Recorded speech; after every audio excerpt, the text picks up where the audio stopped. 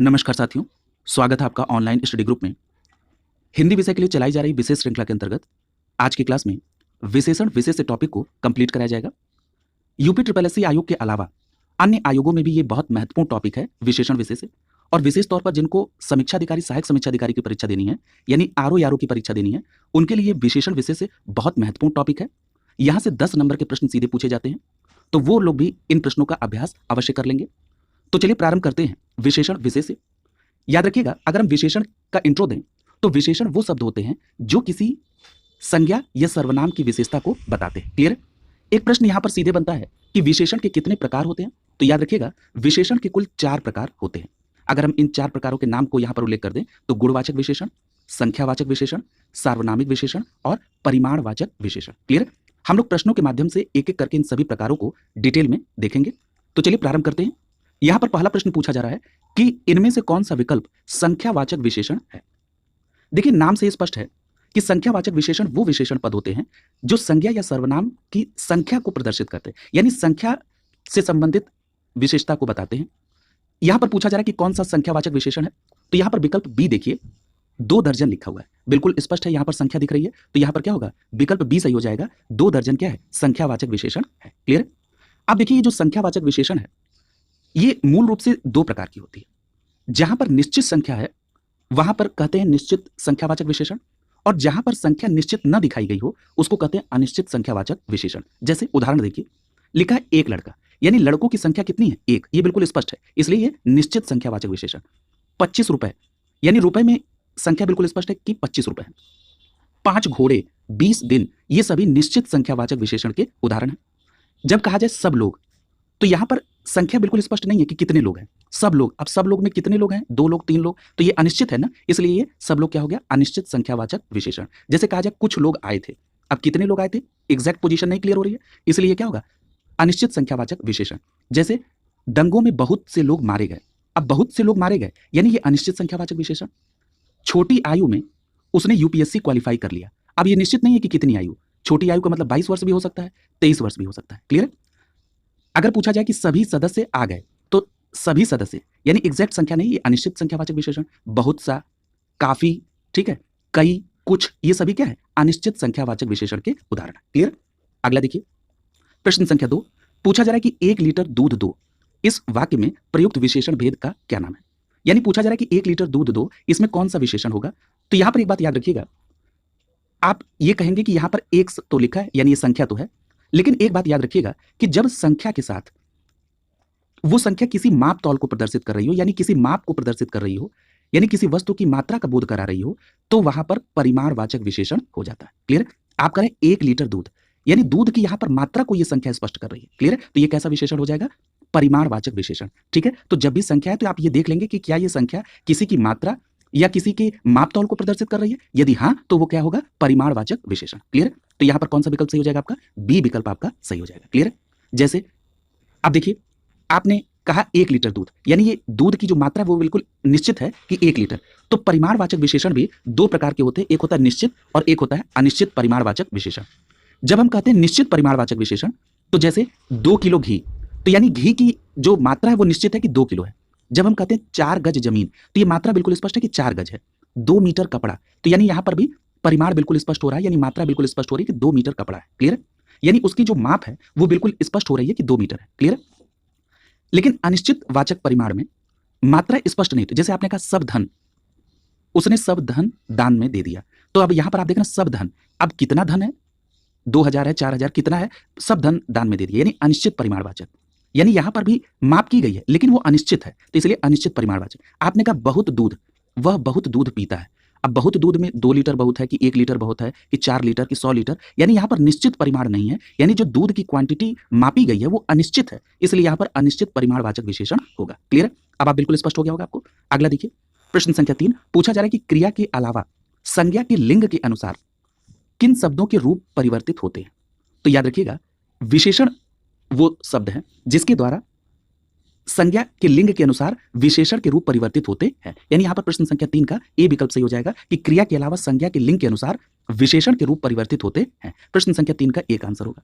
अब देखिए, जैसे आपने ये परिभाषा देखी या स्टेटमेंट देखा, कि क्रिया के अलावा संज्ञा के लिंग के अनुसार विशेषण शब्दों के रूप परिवर्तित होते हैं, तो कुछ लोगों के मन में कंफ्यूजन होगी कि इसको जरा सा और इलेबोरेट कर दीजिए ताकि इस प्रकार के जब भी प्रश्न आए तो फिर गलत ना हो। तो देखिए मैं आपको उदाहरण दे रहा हूं। पहला उदाहरण लिखिए, महेंद्र अच्छा लड़का है। यहां पर लिंग कौन सा है? पुल्लिंग है ना, यानी महेंद्र जो है वो पुल्लिंग है, तो आपने पुल्लिंग के आधार पर लिखा महेंद्र अच्छा लड़का है। अब मैं जरा महेंद्र लिंग बदल रहा हूं और मैंने कहा शालिनी अच्छी लड़की है। दूसरा स्टेटमेंट, शालिनी अच्छी लड़की है। अब यहां पर देखिए जब आप कह रहे थे महेंद्र अच्छा लड़का है, तो लड़का की विशेषता कौन बता रहा था? अच्छा शब्द, क्लियर। और जब आप कह रहे हैं कि शालिनी अच्छी लड़की है, तो लड़की की विशेषता अच्छी शब्द बता रहा है, लेकिन यहां पर अच्छा से अच्छी हो गई, यानी आपने जब लिंग बदला तो विशेषण में भी बदलाव हो गया। यही इस स्टेटमेंट में कहा जा रहा है कि क्रिया के अलावा यदि हम संज्ञा के लिंग को बदल दें तो विशेषण का रूप क्या हो जाता है? परिवर्तित हो जाता है। क्लियर। आप इस स्टेटमेंट को अपने नोट्स में लिखकर उसके नीचे इन दोनों उदाहरणों को लिख देंगे, कभी प्रश्न आपका गलत नहीं होगा। क्लियर। चलिए प्रश्न संख्या 4 पे चलते हैं। कह रहा है कि कश्मीरी सेब सिंदूरी लाल होता है। देखिए कश्मीरी सेब सिंदूरी लाल होता है, पूछा जा रहा है कि यहाँ पर जो रेखांकित शब्द है वो किस प्रकार का विशेषण है, तो याद रखिएगा यहाँ पर गुणवाचक विशेषण है। क्लियर, ए विकल्प से हो जाएगा। अब गुणवाचक विशेषण क्या होते हैं? तो याद रखिएगा गुणवाचक विशेषण वो होते हैं जो किसी भी पदार्थ या किसी भी वस्तु के रंग, भाव, दशा, आकार, समय, स्थान, दिशा, इनके आधार पर उसकी विशेषता को या उसकी स्थिति को बताते हैं, तो उसको क्या कहते हैं? गुणवाचक विशेषण। यहां पर सेब की विशेषता को बताया जा रहा है, उसके गुण को बताया जा रहा है कि सिंदूरी लाल है वो। क्लियर, तो यहां पर कौन सा विशेषण हो जाएगा? यहां पर गुणवाचक विशेषण हो जाएगा। प्रश्न संख्या 4 का ए विकल्प यहां पर सही हो जाएगा। क्लियर। देखिए यहां पर कई आयोगों में गुणवाचक विशेषण के प्रकार पूछ लिया है, लेकिन गुणवाचक विशेषण के एग्जैक्ट कितने प्रकार हैं इसको लेकर मतभेद है। कुछ किताबों में आपको 6 प्रकार दिखेंगे और कुछ जगहों पर आपको 7 प्रकार दिखेंगे, लेकिन अगर मान लीजिए ऐसा प्रश्न आ ही जाता है तो आप 7 प्रकार की ओर जाएंगे। कौन कौन से हैं? तो देखिए पहला आप कहेंगे रंग के आधार पर, यानी जैसे काला, पीला, हरा, तो ये गुणवाचक में आ जाएगा रंग के आधार पर। दूसरा है भाव, ठीक है। अब भाव में कैसा? अच्छा, भला, है, वीर, ठीक है, ये सब उसके गुण के आधार पर, भाव या गुण के आधार पर आप देख रहे हैं। फिर है दशा के आधार पर, जैसे मोटा, पतला, सूखा, ठीक है, गीला, बढ़िया, घटिया, यानी ये उसकी दशा के आधार पर गुण बताया जा रहा है। आकार के आधार पे, आकार आप कहते हैं बड़ा, छोटा, गोला, सुडौल, नुकीला, ये क्या है? आकार के आधार पे आप किसी के गुण को बता रहे हैं। फिर आता है समय के आधार पर, आप कहते हैं अगला, समय, पिछला, ठीक है, तो जैसे आप कहते हैं ना पिछला बकाया दीजिए, ठीक है, तो यहां पर पिछला शब्द क्या है? उसकी विशेषता को बता रहा है, समय के आधार पर गुण बता रहा है। एक होता है स्थान के आधार पर, आप स्थान के आधार पर कहते हैं ऊंचा, नीचा, गहरा, समतल। दिशा के आधार पर आप कहते हैं पूर्वी चंपारण, तो यहाँ क्या चंपारण की विशेषता बता रहा है कि पूर्वी इलाके की बात हो रही है, यानी दिशा के आधार पर उसके गुण को बता रहे हैं।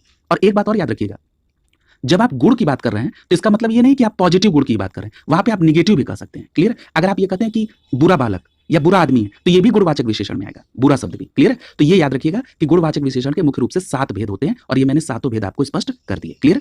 अब हम चलते हैं अगले प्रश्न की तरफ, प्रश्न संख्या 5। धीरे धीरे जैसे आप ये अपने कॉन्सेप्ट को क्लियर कर लेंगे उसके बाद प्रश्नों की गति तेज हो जाएगी। अगला है अर्चना अत्यंत सुंदर है। अब पूछ रहा है कि यहाँ पर कौन सा विशेषण है, तो बिल्कुल यहाँ पर क्या विशेषण शब्द है? सुंदर शब्द जो है, आप क्या सुंदर शब्द किसी की विशेषता को बताता है, यहाँ विशेषण क्या हो जाएगा? सुंदर। और किस प्रकार का विशेषण है? तो गुणवाचक विशेषण। ठीक है, यानी यहाँ पर प्रश्न संख्या 5 का सी विकल्प आपका सही हो जाएगा। अगला देखिए प्रश्न संख्या 6। पूछा जा रहा है कि ऋषि की गाय बहुत दूध देती है। इस वाक्य में रेखांकित शब्द में कौन सा विशेषण है? बहुत दूध देती है। अब देखिए बहुत के साथ दूध है, यानी दूध की मापतौल होगी, लेकिन यहां पर स्पष्ट नहीं हो रहा बहुत दूध देती है 1 लीटर, 2 लीटर, 4 लीटर, 5 लीटर, ये स्पष्ट नहीं है, यानी ये कैसा हो जाएगा? अनिश्चित परिमाणवाचक हो जाएगा। क्लियर है, यानी प्रश्न संख्या 6 का सही जवाब क्या होगा? डी विकल्प। आपने यहां पर परिमाणवाचक ही दिया है, लेकिन आपको ये भी जब आप प्रश्न करें तो ये भी स्पष्ट कर लें कि परिमाणवाचक में भी कौन सा? अनिश्चित परिमाणवाचक। क्लियर, तो डी विकल्प यहां पर सही हो जाएगा। अगला देखिए, अब जैसे यहां पर लिखा हुआ है अनेक, तो ये क्या है? अनिश्चित परिमाणवाचक। थोड़ा अनिश्चित, कुछ ये भी अनिश्चित, लेकिन 4 किलो ये निश्चित परिमाणवाचक, 2 मीटर निश्चित परिमाणवाचक। क्लियर। अगला पूछा जा रहा है कि किस प्रकार के विशेषण में 2 प्राणियों और वस्तुओं इत्यादि के गुण दोष या विशेषता की तुलना करके एक को दूसरे से बढ़ा चढ़ाकर बताया जाता है। क्लियर। अब यहां पर एक बात और स्पष्ट कर लीजिए जरा कि ये जो विशेषण है इनकी 3 अवस्थाएं होती है। क्लियर। अभी हम उसको एक्सप्लेन करेंगे। यहां पर कहा जा रहा है कि 2 प्राणियों के बीच में, तो जब 2 प्राणियों के बीच में कोई तुलनात्मक विशेषता की जाती है तो वो किस प्रकार का होता है? ये उत्तरा अवस्था कहा जाता है, यानी ये विशेषण की कौन सी अवस्था है? उत्तरावस्था, यानी प्रश्न संख्या 7 का यहां पर सी विकल्प आपका सही हो जाएगा। क्लियर। आइए जरा विशेषण की इन तीनों अवस्थाओं को क्लियर करते हैं। पहला है मूलावस्था। देखिए मूलावस्था वो होती है जिसमें विशेषण शब्द अपनी सामान्य स्थिति में रहता है। ठीक है, यहां किसी से तुलना नहीं की जाती, ये दोनों बातें। ठीक है, तो उसको क्या कहते हैं? मूलावस्था। जैसे यहां लिखा है श्याम एक वीर बालक है, वीर बालक, यानी बालक की विशेषता क्या है कि वो वीर है। तो यहां पर देखिए जो विशेषण शब्द है वो अपने मूल अवस्था में, वो उसमें कोई परिवर्तन नहीं है, वो अपने प्रारंभिक अवस्था में, तो इसको आप कह रहे हैं कि मूल अवस्था विशेषण। और दूसरी बात कि यहां पर आप एक चीज और देख रहे हैं कि किसी से कोई कंपेयर नहीं की जा रही है, साधारण सी बात बताई गई कि श्याम एक वीर बालक है। क्लियर? तो ये इसको कहते हैं विशेषण की मूल अवस्था। अगर लिखा हुआ है कि रानी एक सुंदर कन्या है, तो आप यहां पर देख रहे हैं कि सुंदर कन्या लिखा है, यानी कन्या की विशेषता सुंदर शब्द बता रहा है और किसी से तुलना भी नहीं हो रही, तो ये मूलावस्था विशेषण हो जाएगा। अगला जो विशेषण का प्रकार है वो है उत्तरावस्था। यही आपके प्रश्न में भी पूछा गया था। तो उत्तरावस्था विशेषण में क्या होता है कि इसमें दो वस्तुओं या व्यक्तियों के बीच में तुलना की जाती है उनके गुण के आधार पर। जैसे उदाहरण देखिए, लिखा है मोहन हलधर से अधिक सुंदर है। इस स्टेटमेंट में दो लोगों के बीच तुलना हो रही है, एक मोहन और एक हलधर, और बताया जा रहा है कि मोहन हलधर से अधिक सुंदर है। क्लियर? तो यहां पर क्या हो गया? उत्तरावस्था। अगर कहा जाए कि सीता सीमा से सुंदर है, यहां पर भी दो लोगों के बीच में कंपेयर, और सीता को ज्यादा सुंदर बताया जा रहा है सीमा से, यानी ये किस प्रकार की अवस्था हो गई विशेषण की? उत्तरावस्था विशेषण। क्लियर है ना? तीसरी जो अवस्था है उसको कहते हैं उत्तमावस्था विशेषण। इस प्रकार के विशेषण में दो से अधिक वस्तुओं या व्यक्तियों की तुलना होती है। क्लियर है? और एक बात और याद रखिए, इसमें वस्तुओं या व्यक्तियों की न्यूनता या अधिकता बताई जाती है। ठीक है? अब जैसे लिखा हुआ है कि राम सबसे वीर है, यानी जितने लोग वहां पर हैं उसमें सबसे वीर कौन है? राम। तो यहां पर बिल्कुल उत्तमावस्था। क्लियर? जैसे कहा गया सीता कक्षा में सुंदरतम है, तो जो ये सुंदरतम है ना, ये सुंदर का उत्तमावस्था विशेषण है, यानी कि अब उस कक्षा में सीता से सुंदर कोई नहीं है। क्लियर? ये एकदम उत्तमावस्था है। क्लियर? तो उत्तमावस्था में आपको ये ध्यान रखना है कि दो या दो से अधिक व्यक्तियों की तुलना होगी और साथ ही साथ उसमें बिल्कुल उसकी वो बिल्कुल सर्वोच्च होगा। क्लियर?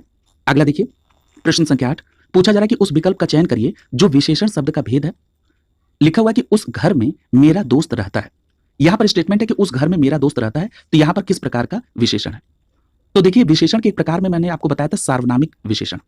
देखिए, सार्वनामिक विशेषण क्या होता है?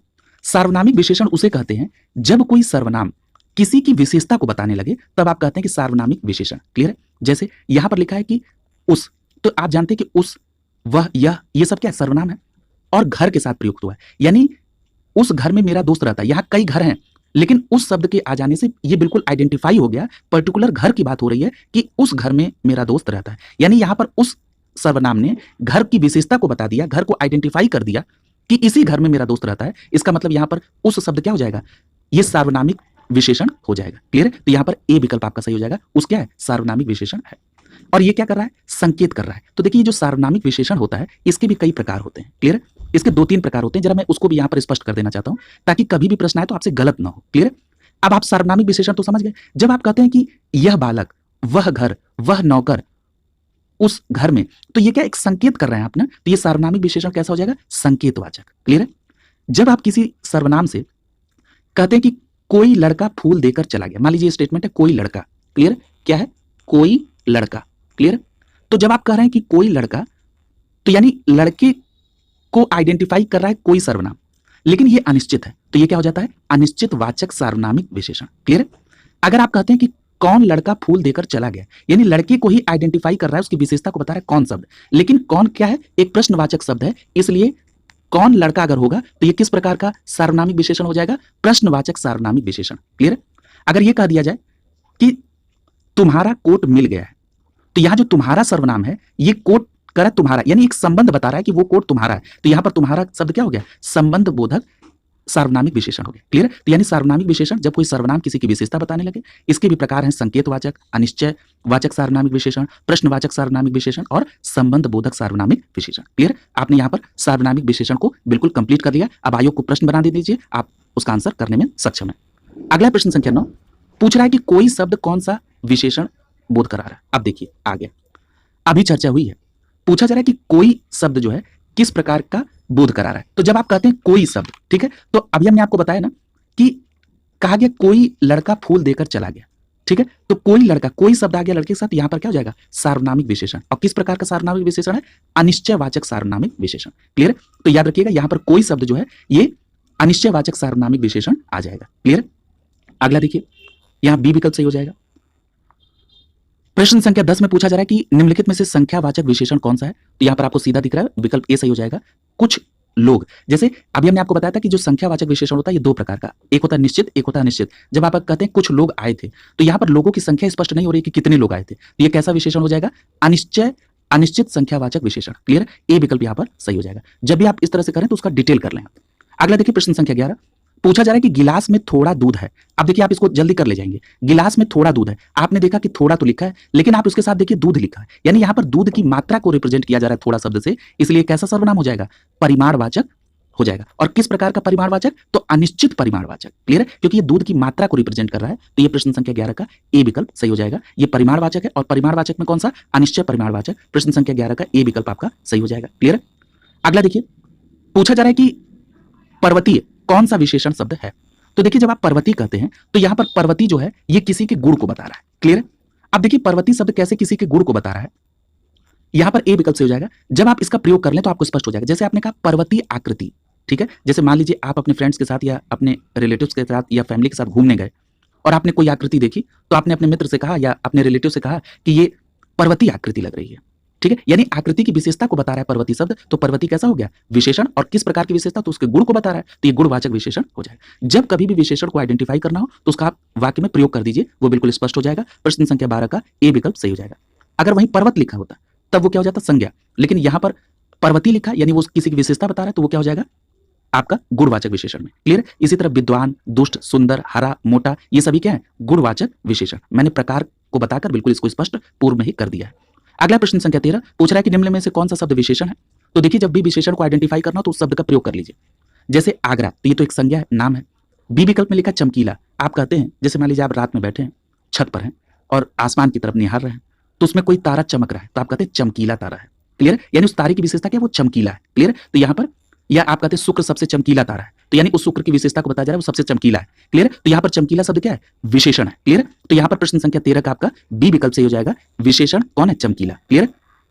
अगला देखिए, अब जैसे आप यहां पर एक चीज और देखिए जरा, आप यहां पर कहेंगे कि कुछ शब्द भी तो अभी आपने ऊपर बताया है कि कुछ जो है वो संख्यावाचक विशेषण है, तब आपने यहां पर कुछ को क्यों नहीं चुना? क्लियर? आपके मन में ये स्वाभाविक प्रश्न आना है कि कुछ को आपने क्यों नहीं चुना, चमकीला कोई आपने विशेषण क्यों चुना? आपका ये प्रश्न बिल्कुल जेन्युइन है। कुछ शब्द जो है ये अनिश्चयवाचक, अनिश्चित संख्यावाचक विशेषण है, ये बिल्कुल सही है।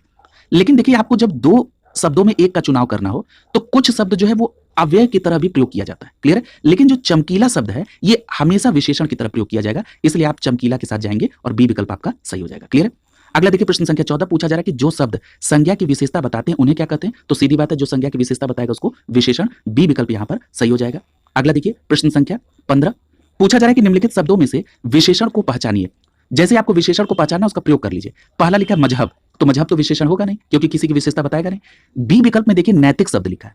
देखिए जो नैतिक शब्द है ये विशेषता को बताता है। जैसे नैतिक शब्द देखिए कैसे विशेषता को बताएगा।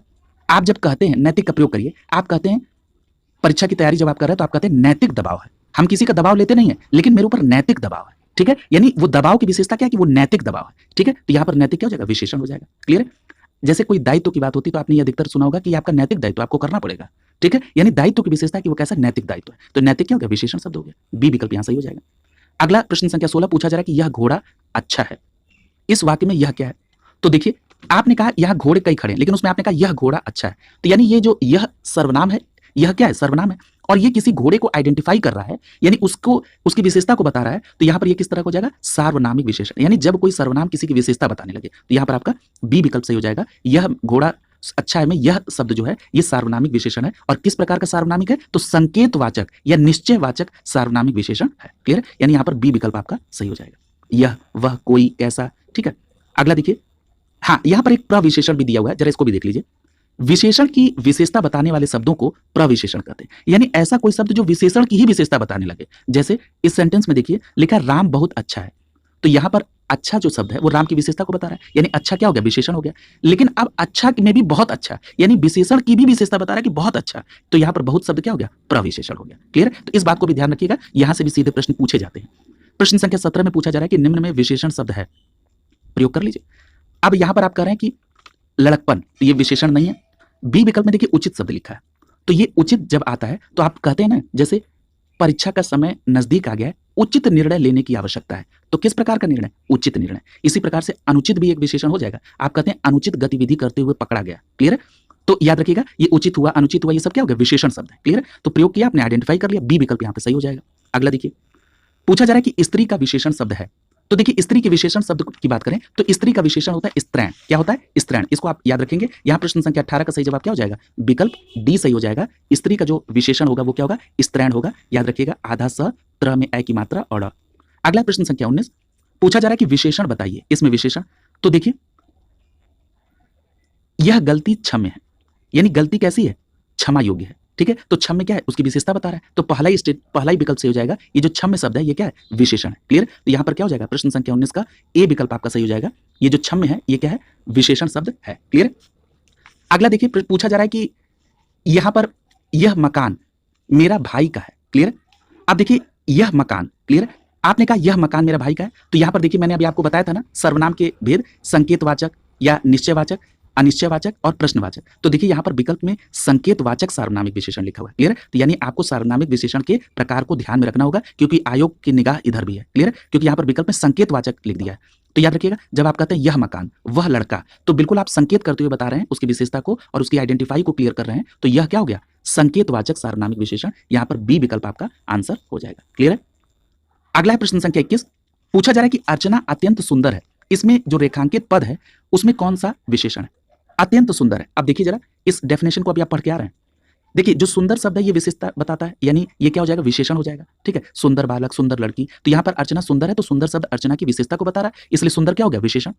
लेकिन सुंदर के साथ यहां पर अत्यंत शब्द भी लिखा है और अत्यंत ही को पूछ रहा है, तो यानी सुंदरता में और विशेषता बता रहा है कि वो अत्यंत सुंदर है। ठीक है, तो यानी यहां पर अत्यंत क्या हो गया, प्रविशेषण, यानी जो विशेषण की भी विशेषता बताने लगे वो प्रविशेषण। यहां पर बी विकल्प आपका सही हो जाएगा। अगला देखिए प्रश्न संख्या 22 पूछा जा रहा है कि निम्न में विशेषण शब्द है, तो प्रयोग कर लीजिए। यहां पर देखिए डी विकल्प देख लीजिए, शांत लिखा है। आप कहते हैं ना शांत बालक है। क्लियर है, यानी बालक कैसा है, शांत है। या आप कहते हैं शांत स्थान है। ठीक है, तो यानी उस स्थान की विशेषता की बिल्कुल शांत है। क्लियर है, यानी शांत सब उस स्थान की, उस बालक की विशेषता को बता रहा है, यानी शांत क्या हो जाएगा, विशेषण। इसलिए प्रश्न संख्या 22 का डी विकल्प आपका आंसर हो जाएगा। अगला है प्रश्न संख्या 23 पूछा जा रहा है कि निम्नलिखित शब्दों में से कौन सा शब्द विशेषण है। तो यहां पर देखिए प्रयोग कर लीजिए। यहां पर देखिए, यहां पर भी डी विकल्प सही हो जाएगा, अनुशासित। आप कहते हैं ना अनुशासित सिपाही है। ठीक है, भारत की फौज में जो लोग हैं उनको कहा जाता है अनुशासित सिपाही है, यानी सिपाही की विशेषता को अनुशासित शब्द बता रहा है कि सिपाही कैसे अनुशासित है। यानी प्रश्न संख्या 23 का यहां पर डी विकल्प आपका आंसर हो जाएगा, अनुशासित विशेषण। देखिए अनुशासित को यहां पर प्रयोग भी कर दिया गया है, लिखा गया अनुशासित विद्यार्थी, यानी विद्यार्थी की विशेषता क्या है कि वो अनुशासित है। इसी प्रकार से लिखा राम अच्छा लड़का है, यानी लड़का की विशेषता अच्छा बता रहा है, तो अच्छा क्या हो जाएगा, विशेषण। अगला प्रश्न संख्या 24 पूछा जा रहा है कि दृश्य बहुत ही मनोरम था, यहां पर किस प्रकार का विशेषण है, रेखांकित शब्द। तो मनोरम के नीचे रेखांकित किया गया है, तो मनोरम क्या कर रहा है, उस दृश्य की विशेषता को बता रहा है ना, और किस प्रकार की विशेषता, उसके गुण को बता रहा है। तो यहां पर क्या हो जाएगा, गुणवाचक विशेषण। प्रश्न संख्या 24 का ए विकल्प यहां पर सही हो जाएगा। प्रश्न संख्या 25 देख लीजिए, पूछा जा रहा है कि वह बहुत सुंदर मधुर गाता है, यहां पर इसमें प्रविशेषण शब्द का चयन करिए। अब लिख रहा है कि वह बहुत मधुर गाता है, तो देखिए यहां पर गाता है, ये गाना तो एक क्रिया है ना, कैसा गा रहा है, मधुर, तो मधुर क्या है, विशेषता बता रहा है। ठीक है, अब देखिए इस मधुर में भी उसकी विशेषता बता रहा है बहुत। ठीक है, यानी मधुर तो गाता है लेकिन बहुत मधुर गाता है, तो ये जो बहुत शब्द है ये क्या हो जाएगा, प्रविशेषण। यानी यहां प्रश्न संख्या 25 का सही जवाब क्या हो जाएगा, विकल्प बी हो जाएगा। क्लियर। अगला देखिए पूछा जा रहा है प्रश्न संख्या 26 में कि बड़ा घर, छोटा आदमी, नीला वस्त्र में विशेष क्या है। अब देखिए ये भी एक प्रश्न बहुत पूछा जाता है कई आयोग में, और आरो का तो इस प्रकार का बहुत फेवरेट प्रश्न है। देखिए बड़ा घर, पहले तो ये समझ लीजिए विशेष किसे कहते हैं। विशेषण के बारे में आपने जाना था कि जो शब्द संज्ञा या सर्वनाम की विशेषता को बताए उसे विशेषण कहते हैं। विशेषण जिसकी विशेषता बता रहा है उसको विशेष्य कहते हैं, सीधी सीधी बात। अब जैसे यहां उदाहरण देख लीजिए, यहां लिखा है बड़ा घर, घर की विशेषता को कौन बता रहा है, बड़ा शब्द, तो बड़ा शब्द क्या हो गया, विशेषण। और ये जो बड़ा शब्द है किसकी विशेषता बता रहा है, घर की ना, तो घर क्या हो जाएगा, विशेष्य। यहां पर विशेष्य क्या होगा, घर। यहां कह रहा है छोटा आदमी, तो छोटा शब्द आदमी की विशेषता बता रहा है ना, तो विशेष्य क्या हो जाएगा, आदमी। अगर नीला वस्त्र की बात करें तो नीला शब्द किसकी विशेषता बता रहा है, वस्त्र की ना, तो वस्त्र क्या हो जाएगा, विशेष। तो यहां पर घर, आदमी और वस्त्र ये क्या हो जाएगा, विशेष हो जाएगा। इसलिए यहां पर प्रश्न संख्या 26 का सी विकल्प सही हो जाएगा। क्लियर है ना, अब आप विशेष समझ गए होंगे। अगला देखिए प्रश्न संख्या 27 पूछा जा रहा है कि अनुमान का विशेषण है। ठीक है, तो देखिए अनुमान का विशेषण क्या होता है, अनुमानित। क्या होता है, अनुमानित। यहां पर प्रश्न संख्या 27 का ए विकल्प हो जाए। अब आपने कहा कि आप अनुमानित कैसे कर रहे हैं, विशेषण है, प्रयोग कर लीजिए ना। आप कहते हैं जैसे आप बजट वगैरह पढ़ते हैं करंट में, तो आप कहते हैं इस योजना की अनुमानित लागत इतनी है, यानी जो लागत है उसकी विशेषता को अनुमानित शब्द बता रहा है। ये भैया एग्जैक्ट नहीं है, अनुमानित है, बढ़ घट सकता है। ठीक है, यानी अनुमानित शब्द क्या है, उस लागत की विशेषता को बता रहा है। क्लियर है, तो अनुमानित क्या हो गया, विशेषण हो गया। क्लियर है, तो यहां पर ए विकल्प आपका आंसर हो जाएगा। अगला देखिए प्रश्न संख्या 28 पूछा जा रहा है कि उत्कर्ष एक कुशाग्र विद्यार्थी है, यहां पर कुशाग्र कैसा विशेषण है। तो देखिए विद्यार्थी की तो विशेषता को बता रहा है कुशाग्र ना, और जब कोई शब्द किसी की विशेषता को बताए तो विशेषण कहते हैं ना, और कैसी विशेषता बता रहा है, गुण की कुशाग्र है, तो कैसा विशेषण हो जाएगा, गुणवाचक विशेषण। 28 का डी विकल्प यहां पर सही हो जाएगा। अगला देखिए प्रश्न संख्या 29 पूछा जा रहा है कि कला का अंतिम और सर्वोच्च ध्येय सौंदर्य है। क्लियर? तो यहां पूछा जा रहा है कि इस वाक्य में कितने विशेषण है। क्लियर? तो यहां पर देखिए, कला का अंतिम और सर्वोच्च ध्येय क्या है? सौंदर्य है। क्लियर? तो यहां पर क्या हो जाएगा? 3 प्रकार के यहां पर आपको विशेषण देखने को मिल रहे हैं। कौन कौन से? अंतिम, सर्वोच्च और ध्येय। क्लियर? तो यहां पर क्या हो जाएगा? विकल्प डी सही हो जाएगा। क्लियर? प्रश्न संख्या 29 का डी विकल्प यहां पर सही होगा। अंतिम, सर्वोच्च और ध्येय इसके विशेषण है। अगला देखिए प्रश्न संख्या 30, पूछा जा रहा है कि मीरा ने आधा लीटर दूध पी लिया। अब यहां पर कौन सा है? अब देख रहे हैं आधा लीटर दूध यानी किसी की माप है, तो कैसा हो जाएगा? परिमाणवाचक। और आधा लीटर दूध यानी एग्जैक्ट है, तो यहां पर निश्चित परिमाणवाचक विशेषण। सी विकल्प सही हो जाएगा। अगला देखिए, पूछा जा रहा है प्रश्न संख्या 31 में, कोई बच्चा नहीं खेलेगा। जब आप कहते हैं कोई बच्चा नहीं खेलेगा, तो यहां पर कोई शब्द जो है क्या कर रहा है? बच्चे की विशेषता को बता रहा है ना, तो ये क्या हो जाएगा? कोई बच्चा नहीं खेलेगा। तो यहां पर कोई क्या आ जाएगा? अनिश्चयवाचक सार्वनामिक विशेषण। कोई शब्द तो सर्वनाम है और ये किसी की विशेषता को बता रहा है, तो ये तो क्लियर हो गया सार्वनामिक विशेषण है। यानी और कैसा सार्वनामिक विशेषण है? तो याद रखिएगा अनिश्चयवाचक सार्वनामिक विशेषण है। इसलिए प्रश्न संख्या 31 का यहां पर सी विकल्प आपका आंसर हो जाएगा। क्लियर है? देखिए यहां पर सर्वनाम लिखकर भी कंफ्यूज करने की कोशिश किया गया है। क्लियर? लेकिन कोई शब्द बच्चा को आइडेंटिफाई कर रहा है, तो यहां पर कोई क्या हो जाएगा? अनिश्चयवाचक सार्वनामिक विशेषण। अगला देखिए प्रश्न संख्या 32, पूछा जा रहा है कि विशेषण शब्द जिस संज्ञा या सर्वनाम की विशेषता को बताता है उसे क्या कहते हैं? तो भैया जिस विशेषण शब्द जिसकी विशेषता को बता रहा है उसे विशेष्य कहते हैं। अभी बात हुई है, बी विकल्प यहां सही हो जाएगा। प्रश्न संख्या 33 देखिए, पूछा जा रहा है कि प्राचीन शब्द विशेषण किस प्रकार में आता है? यानी प्राचीन अगर हम कह रहे हैं तो किस प्रकार का विशेषण है? तो देखिए प्राचीन जब आप कह रहे हैं तो आप कहते हैं प्राचीन कला या आप कहते हैं प्राचीन धरोहर। तो उस धरोहर या उस कला की विशेषता को प्राचीन बता रहा है ना, और किस प्रकार की विशेषता को? गुण बता रहा है। इसलिए यहां पर क्या हो जाएगा? प्राचीन गुणवाचक विशेषण हो जाएगा। डी विकल्प यहां सही हो जाएगा। इसी प्रकार से चंचल, बुद्धिमान, समझदार, परिश्रमी, आधुनिक, ऐतिहासिक, ये सभी क्या है? गुणवाचक विशेषण के उदाहरण है। अगला है प्रश्न संख्या 34, पूछा जा रहा है कि अभ्यास किस प्रकार का विशेषण है? क्लियर है? तो देखिए जो अभ्यास है, अभ्यास का विशेषण रूप पूछा जा रहा है, यानी ये जो अभ्यास इसका विशेषण रूप, तो याद रखिएगा अभ्यास का विशेषण रूप अभ्यासी हो जाता है। ठीक है? प्रश्न संख्या 34 का यहां पर बी विकल्प से हो जाएगा। अभ्यासी, आप कहते हैं ना अभ्यासी बालक है। क्लियर? या आप कहते हैं अभ्यासी कलाकार है। ठीक है? तो ये अभ्यासी शब्द क्या? उस कलाकार की विशेषता को बता रहा है कि वो बहुत अभ्यास किया हुआ है। क्लियर? तो यहां पर बी विकल्प आपका सही हो जाएगा। अगला देखिए, ये आप कहते हैं अभ्यासी कला। जब कोई कला दिखाई जाती है, जैसे मान लीजिए कोई सर्कस में आप देखने गए, कोई कला दिखा रहा है, तो अभ्यासी कला यानी वो जो कला दिखाई जा रही है उसका अभ्यास किया गया। अगला है प्रश्न संख्या 35 में लिखा हुआ है कि निशा का विशेषण रूप क्या है? तो याद रखिएगा निशा का जो विशेषण रूप है उसको क्या कहते हैं? नैश कहते हैं। यहां पर डी विकल्प सही हो जाएगा। देखिए इस प्रकार के प्रश्न भी पूछे जाते हैं और ये यूडीएलडीए में पूछा गया है। आरओ यारो को पहले प्रारंभिक में यूडीएलडीए कहते थे। क्लियर? तो यहां पर निशा का क्या विशेषण रूप हो जाएगा? नैश हो जाएगा। तो याद रखिएगा डी विकल्प यहां पर सही हो जाएगा। अब देखिए जरा यहाँ पर कुछ और शब्द हैं, उनके भी जरा अर्थ देख लीजिए। जैसे निशाचर, तो निशाचर किसे कहते हैं? रात में विचरण करने वाला। तो जब कभी एक शब्द पूछा जाता है तो पूछा जाता है कि रात में विचरण करने वाले के लिए एक शब्द क्या होगा? तो निशाचर, ये पूछा गया है। इसी तरह निशीथ भी पूछा गया है। तो निशीथ का अर्थ क्या होता है? मध्य रात्रि के समय को क्या कहते हैं? निशीथ कहते हैं। तो याद रखिएगा। इसी प्रकार से अगर आपसे पूछा जाए कि निशांत किसे कहते हैं, तो निशांत का मतलब होता है निशा का अंत, यानी रात का चौथा पहर, उसको क्या कहते हैं? निशांत कहते हैं। ठीक है? तो ये अनेक शब्दों का एक शब्द में भी ये प्रश्न पूछा जा सकता है और पूछा गया है। क्लियर? तो इसको आप ध्यान में रखेंगे और इस बात को भी ध्यान में रखेंगे कि निशा का जो विशेषण रूप होता है वो क्या होता है? नैश होता है। क्लियर? डी विकल्प यहां सही हो जाएगा। अगला प्रश्न संख्या 36, पूछा जा रहा है कि जलीय का विशेष रूप है। अब देखिए जलीय, तो जैसे जलीय शब्द क्या है? विशेषण है ना। जैसे आप कहते हैं ना कि जलीय भाग। ठीक है? अब जैसे आप कहते हैं जली भाग, तो भाग की विशेषता क्या है? कि वो जली है, यानी वो भाग कैसा? जली। तो जली शब्द उस भाग को आइडेंटिफाई कर रहा है, उसकी विशेषता को बता रहा है। तो जली शब्द तो विशेषण हो गया। पूछा जा रहा है कि इसका विशेष रूप क्या होगा? तो इसका विशेष रूप जल होगा। ठीक है? जल से ही उसका विशेषण बना जली। यहां पर बी विकल्प आपका सही हो जाएगा। क्लियर? तो इस प्रकार के भी प्रश्न पूछे जाते हैं, आप ध्यान रखेंगे। अगला है भौम, तो पूछ रहा है भौम का विशेष रूप क्या होगा? तो भूमि से ही उसका बना है भौम। ठीक है? तो यानी कि यहां पर इसका विशेष रूप क्या होगा? भूमि। इसलिए प्रश्न संख्या 37 का सी विकल्प सही हो जाएगा। क्लियर? तो इस प्रकार भी ध्यान रखेंगे। इसी तरह एक पॉपुलर और प्रश्न बनता है, पूछा जाता है कि ऋषि का विशेषण क्या होगा? तो याद रखिएगा ऋषि का जो विशेषण है वो आर्स होता है। क्या होता है? आर्स होता है। ये भी बात याद रखिएगा। ये भी प्रश्न कई बार पूछा गया है कि ऋषि का विशेषण रूप क्या है। क्लियर? अगला देखिए प्रश्न संख्या 38। प्रश्न संख्या 38 में पूछा जा रहा है कि महान का उत्तरावस्था होगा, यानी महान का उत्तरावस्था क्या होगा? तो देखिए जब आप महान कर रहे हैं तो महान का जो उत्तरावस्था होगा वो होगा महत्तर। क्या होगा? महत्तर। यहां पर सी विकल्प सही हो जाएगा। अभी आपने विशेषण की 3 अवस्था पढ़ी थी। महान जो है ये इसकी मूल अवस्था है। क्लियर है? उत्तरावस्था ये क्या हो जाएगा? महत्तर। और उत्तमावस्था पूछता तो महत्तम हो जाता, तब बी विकल्प सही हो जाता। क्लियर? तो इस बात को ध्यान रखेंगे। ये जो महान है, इस महान का जो उत्तरावस्था होगा वो महत्तर होगा और इसका जो उत्तमावस्था होगा वो क्या हो जाएगा? महत्तम हो जाएगा। क्लियर? यानी सबसे महत्तम। क्लियर? तो ये बात ध्यान में रखिएगा और इन तीनों अवस्थाओं को डिटेल में चर्चा की गई है। अगला देखिए प्रश्न, पूछा जा रहा है कि गुरु का उत्तमावस्था क्या होगा?